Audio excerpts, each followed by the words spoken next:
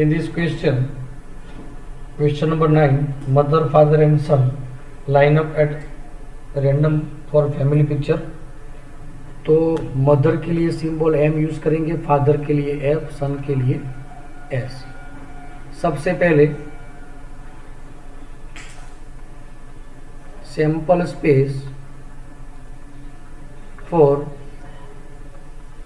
Given random experiment S is equal to, मतलब इन तीनों को अरेंज करेंगे. 3 पर्सन को 3 पोजीशन पर अरेंज करेंगे तो number of types is equal to 3 factorial होगा, विच इज 6. समझ रहे आप? तो देखिए क्या हो सकता है, M F S, M S F, फिर F M S, F S M, फिर S M F and S F M. N is equal to 6. Clear दोस्तों? Event A,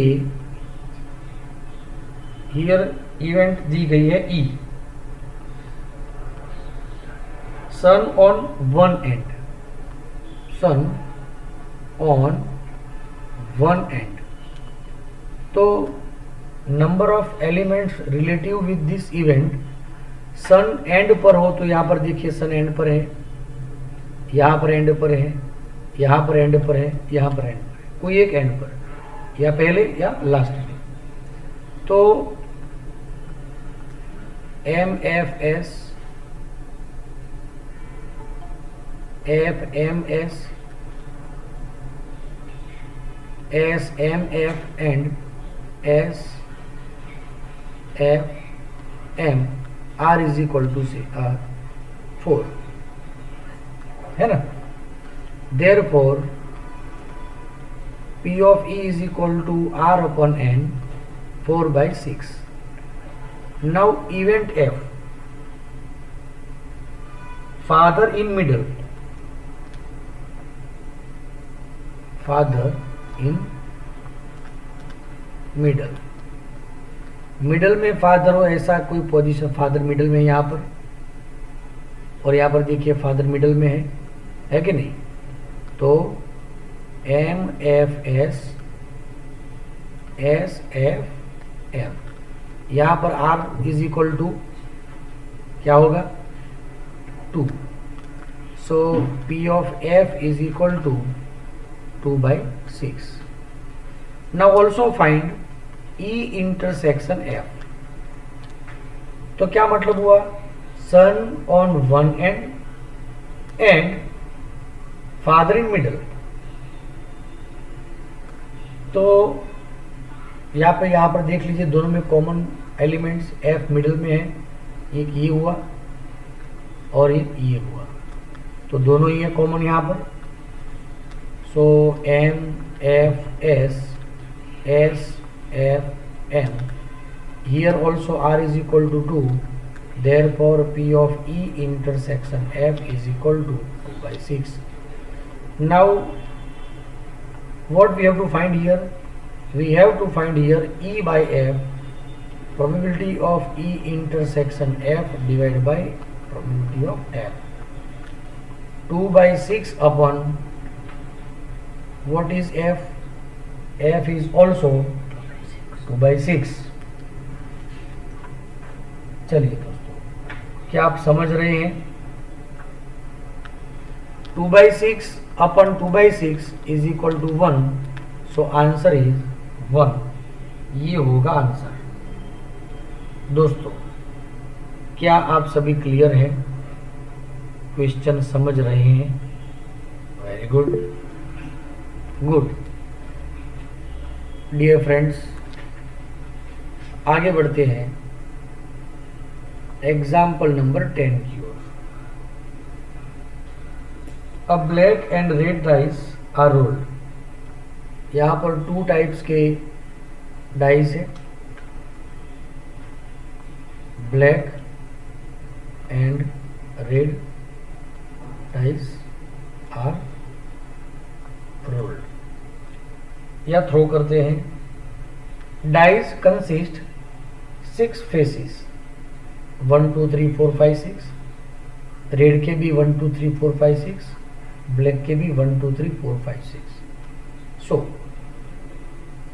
number of element और नंबर ऑफ आउटकम्स और sample space is equal to 1 1, black का नंबर 1, red का नंबर 1, 1 2 1 3 1 4 1 5 1 6 2 1 2 2 2 ऐसे करके 6 6 n is equal to such 36 elements मिल सकते हैं। चलिए अब इवेंट जो है इसमें से हम पहला क्वेश्चन लेते हैं। Event A, find the conditional probability of a containing some greater than 9, some greater than 9। इसका ये मतलब होगा दोस्तों कि यहाँ पर जितने भी हमें कंपोनेंट्स मिले हैं उनमें से ऐसा कंपोनेंट्स हमें लेना है जिसका एडिशन मोर देन 9 हो। देखिए 1 की लाइन में तो 1 6 का मतलब सेवल वो आएगा नहीं, 2 की लाइन नहीं आएगी, 3 6 आ सकता है लेकिन 3 6 9 हमें चाहिए मोर देन, ग्रेटर देन वो नहीं चाहिए। तो 4 की लाइन चलेगी तो 4 6 रहेगा, 5 5 रहेगा, 5 6 रहेगा, 6 4 6 5 एंड 6 6 ये रहेगा। Number of elements 3 4 5 and 6। Therefore P of A is equal to 6 upon 36. What is the event B? Given that black die result in a 5, ध्यान दीजिएगा, ब्लैक डाई रिजल्ट इन 5, मतलब ब्लैक डाइज पर हमें 5 number दिखाई देना चाहिए।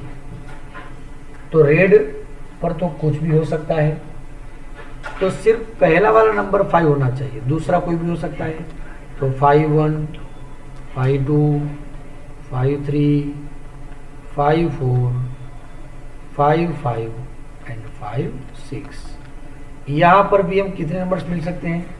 6 possible outcomes. So P of B is equal to R by N 6 upon 36। चलिए दोस्तों, जरूरत रहेगी हमें A इंटरसेक्शन B की।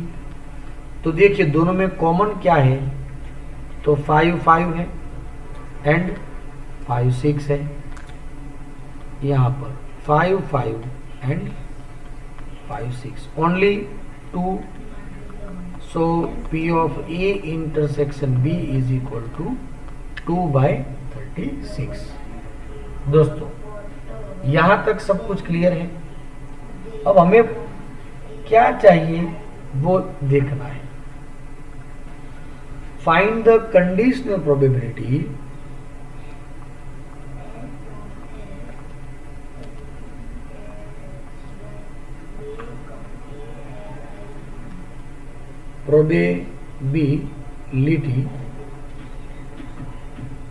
of containing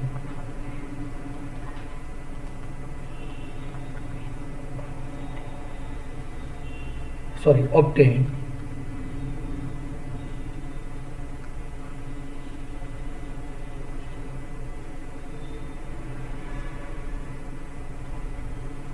obtaining a sum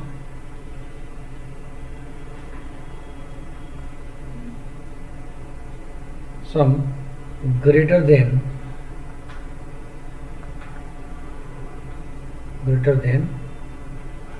9, given that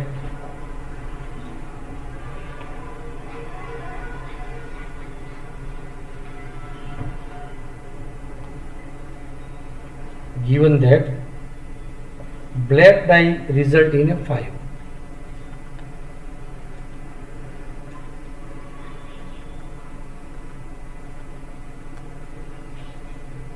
is equal to P of.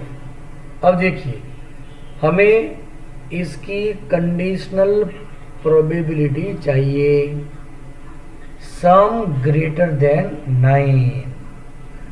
दोस्तों क्या आप समझ रहे हैं? सम greater than 9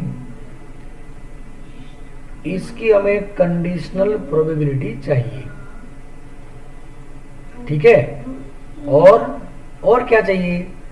with respect to black die result in 5, ये इवेंट पहले हो चुकी है, तो इवेंट बी हो चुकी है, इवेंट ए की कंडीशनल प्रोबेबिलिटी हमें चाहिए, तो P of A intersection B upon P of B, तो ये वैल्यू होगी 2/36 upon 6/36 is equal to 2/6 is equal to 1/3।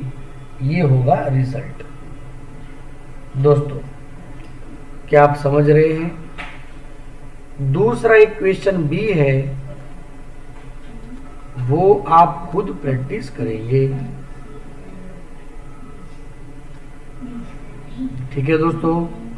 क्या आप कर सकते हो यहां पर, मतलब आप घर पे प्रैक्टिस करना दोस्तों। चलिए क्लियर। नाउ आगे बढ़ते हैं। एग्जाम्पल नंबर 11 जो है वो आपको खुद ही सॉल्व करना है। एग्जाम्पल नंबर 12 वो भी आपको खुद ही सॉल्व करना है। 11, 12 डू योरसेल्फ। चलिए एग्जाम्पल नंबर 13 की बात करते हैं। N instructor has a question bank consisting 300 easy true false question and 200 difficult true false type of question। अब देखिए true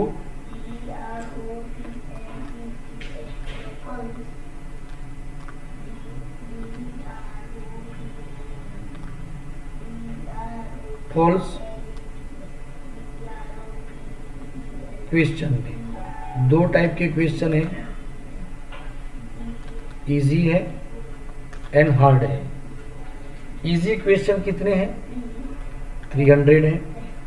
हार्ड क्वेश्चन कितने हैं, मतलब डिफिकल्ट कितने क्वेश्चन है? तो 200 है।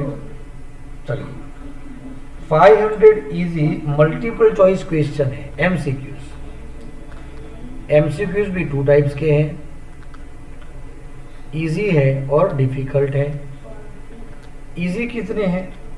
तो 500 इजी क्वेश्चन है एंड 400 डिफिकल्ट। तो total number of questions are 1400। दोस्तों सबसे पहले हमें समझना होगा कि टोटल क्वेश्चन कितने हैं। तो यहां पर टोटल क्वेश्चन है 1400। If a question is selected at random from the question bank, what is the probability that it will be an easy question। चलिए अब हम बात करते हैं इवेंट ए की। Selected question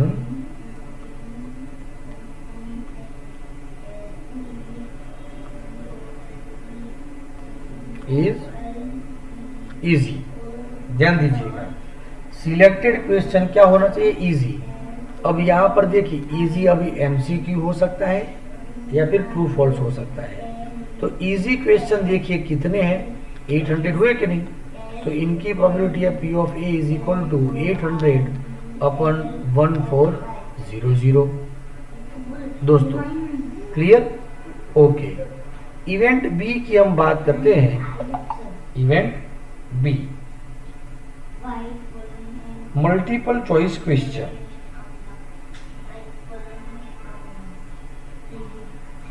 Selected question is MCQ based question। तो MCQ easy हो सकते हैं, हार्ड हो सकते हैं। टोटल कितनी हुई? तो 900 हुई।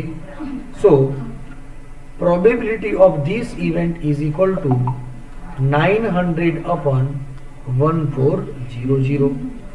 आगे जाकर के हमें दोनों का इंटरसेक्शन लेना होगा। अब एमसीक्यू टाइप के क्वेश्चन है और इजी टाइप के क्वेश्चन, दोनों में कॉमन क्या, दोनों में कॉमन क्या रहेगा, ये मतलब 500 होगा। सो P of A intersection B, तो एमसीक्यू हो और इजी हो तो वो 500 है अपन 1400। अब दोस्तों मुझे क्वेश्चन ये फिर से लिखना होगा, आप ध्यान दीजिएगा।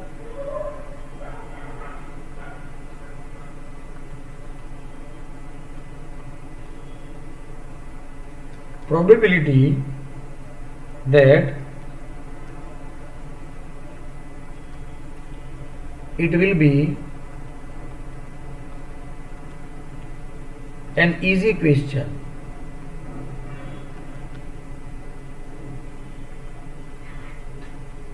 given that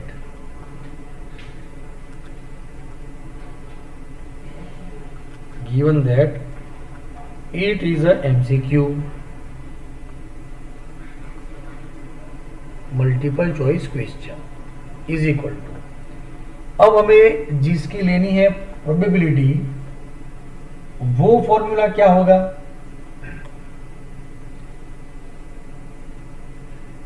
event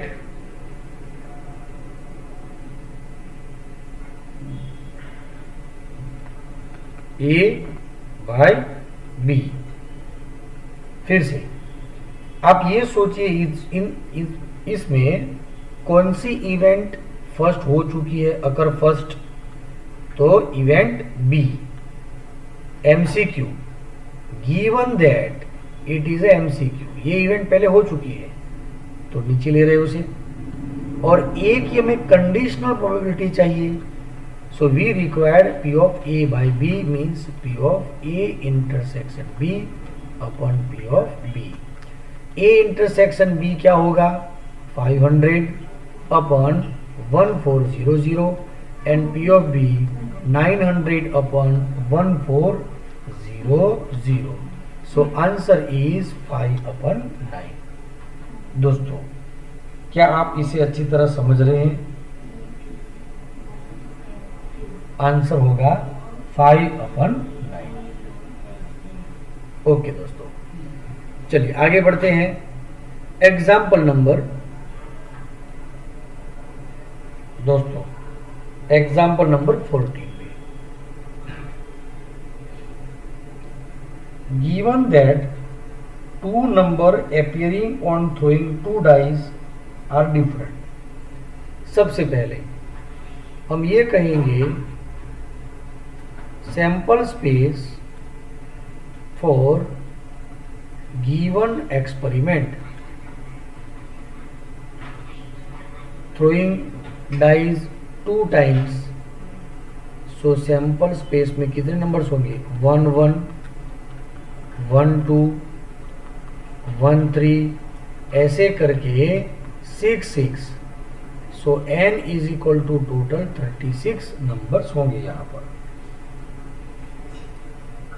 find the probability of event, the sum of number on the dice is 4। ध्यान दीजिएगा, पहले हम लेते हैं event A, sum of numbers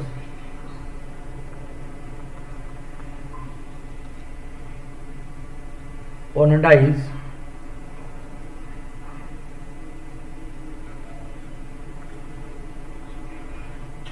is 4। किसका समेशन 4 हो सकता है, तो देखिए 1 3 2 2 फिर 3 1, बस इतने ही। R is equal to 3, therefore probability of this event is equal to 3 upon 36। Event B पहले जो दिया है वो 2 numbers appearing on throwing dice are different। 2 numbers are different. अब ध्यान से देखिए, 2 नंबर जो डिफरेंट है वो कौन कौन से है? 1 1 तो सिमिलर है, वो नहीं आएगा, तो 1 2 आ सकता है। 1 की पेयर में 1 1 के अलावा सब कुछ आएगा, 1 2 1 3 1 4 1 5 1 6। 2 में 2 1 आएगा, 2 2 नहीं आएगा, 2 3 4 4 नहीं, 2 4 2 5 2 6 है ना, 2 3 2 4 2 5 एंड 2 6। 3 1 3 2 3 3 नहीं आएगा, 3 4 3 5 3 6। 4 की पेयर में 4 1 4 2 4 3। 4 4 नहीं आएगा, 4 5 एंड 4 6। 5 की लाइन में 5 1 5 2 5 3 5 4 5 है नहीं आएगा, 5 6 6 1 6 2 6 3 6 4 एंड 6 5। तो टोटल 30 नंबर होंगे यहाँ पर। So P of B is equal to 30 upon 36 and P of A intersection B। Directly कह सकते हैं हम कि ये A में जो है वो सारे एलिमेंट्स यहाँ पर मौजूद हैं। सो यहाँ पर भी प्रोबेबिलिटी हो क्या होगी, 3/36। अब हमें प्रोबेबिलिटी चाहिए क्या? क्या चाहिए probability?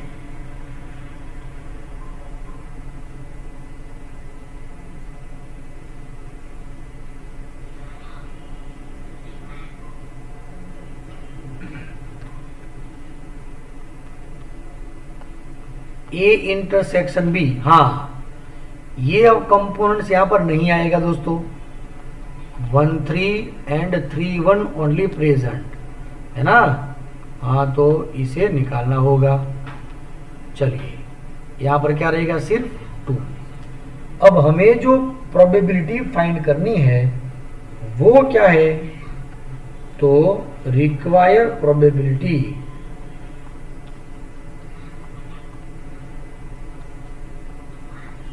Is equal to P of A by B।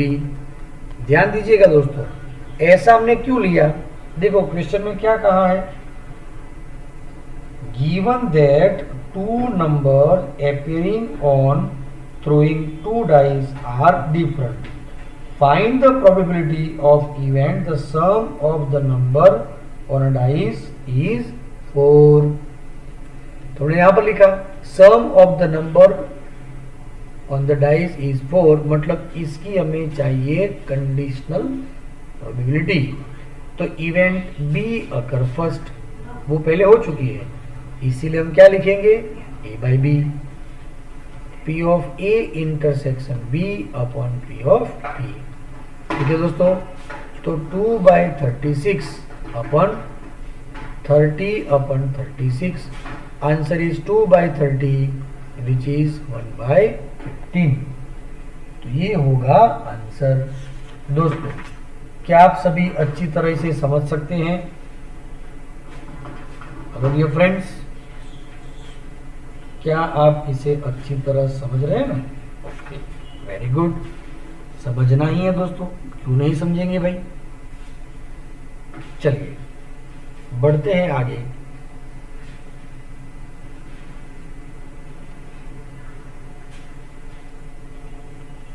Example number 15। ध्यान दीजिएगा दोस्तों, consider the experiment of throwing dice. If multiple of 3 comes up. ध्यान दीजिएगा, क्या मतलब यहां पर हो रहा है, आप अच्छी तरह समझिएगा। डायरेक्टली मैं कहता हूं सैंपल स्पेस। अब डाइस को जब थ्रो करेंगे तो we know very well it has 6 faces तो इनमें से कोई एक फेज तो आएगा। Possible outcomes are 1 2 3 4 5 and 6। लेकिन क्या बात हो रही है यहाँ पर, यदि मल्टीपल ऑफ 3 कम्स तो मल्टीपल ऑफ 3 क्या होंगे, तो 3 6, बस यही है multiple of 3। Multiple of 3 comes of throw die again, ये आते हैं तो डाई को फिर से थ्रो करना है, तो ये होगी possibilities. And if any other number comes, यदि 1 2 4 5 ये नंबर आते हैं तो टॉस अ कॉइन, तो कॉइन को टॉस करना है, तो जिसके दो ही पॉसिबल आउटकम्स हो सकते हैं, या तो हेड या तो फिर टेल। क्लियर दोस्तों। अब देखिए सैंपल स्पेस क्या मिलेगा, 3 1 3 2 3 3 3 4 3 5 3 6 6 1 6 2 6 3 6 4 6 5 एंड 6 6। आगे बढ़ेंगे, 2H 1H 4H 5H 1T 2T 4T and 5T। कितने नंबर्स हुए, तो 6 मल्टीप्लाई 3 2, ये 12 हुए। 4 मल्टीप्लाई 2 8, टोटल कितने हुए भाई, 20। So number of outcomes is equal to 20। Now event A, ध्यान दीजिएगा, find the conditional probability of event coin shows a tail, coin shows a tail. तो टेल बता रहा है ऐसे कंपोनेंट्स, आप देखिए तो 1T 2T 4T and 5T। R is equal to 4, so its probability is equal to 4/20। Clear. Event B, वो क्या बता रहा है, at least one die show a 3, at least one die shows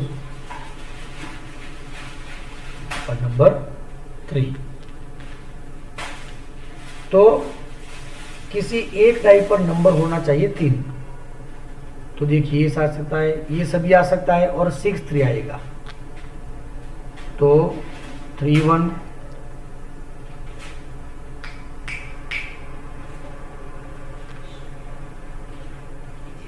3 2 3 3 3 4 3 5 3 6 and 6 3। R is equal to, total कितने हुए यहाँ पर, 7 number हुए कि नहीं दोस्तों, है ना। चलिए, सो P of A P of B, माफ कीजिएगा दोस्तों, यहाँ पर हमें लिखना है P of B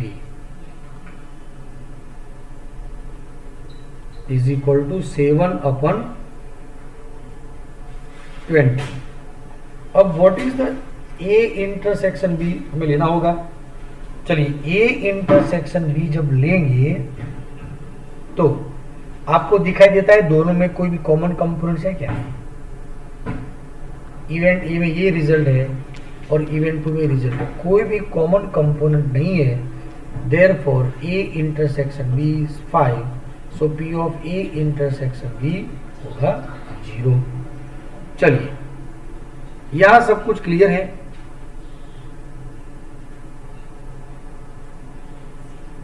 hello dear friends,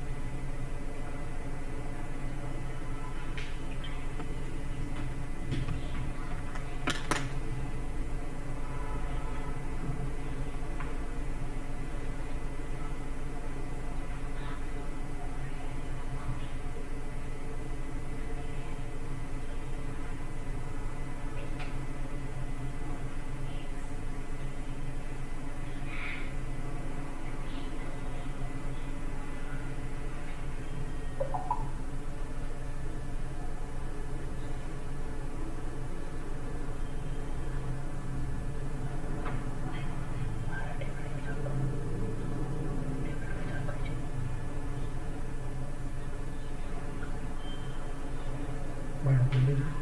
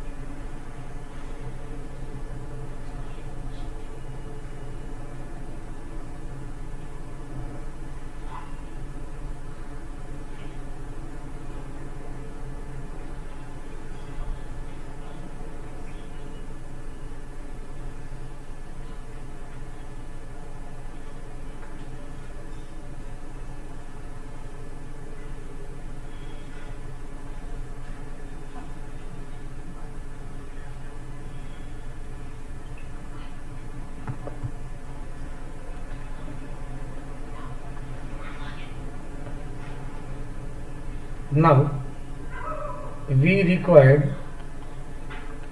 probability of P of A by B is equal to P of A intersection B upon P of B. 0 upon anything, answer is 0. Clear दोस्तों?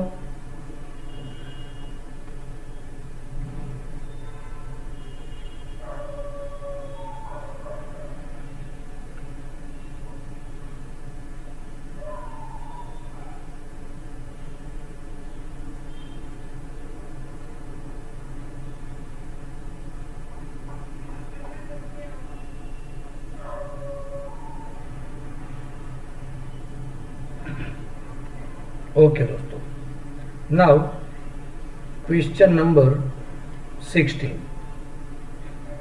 If P of A is equal to 1/2 and P of B is equal to 0, then find P of A by B.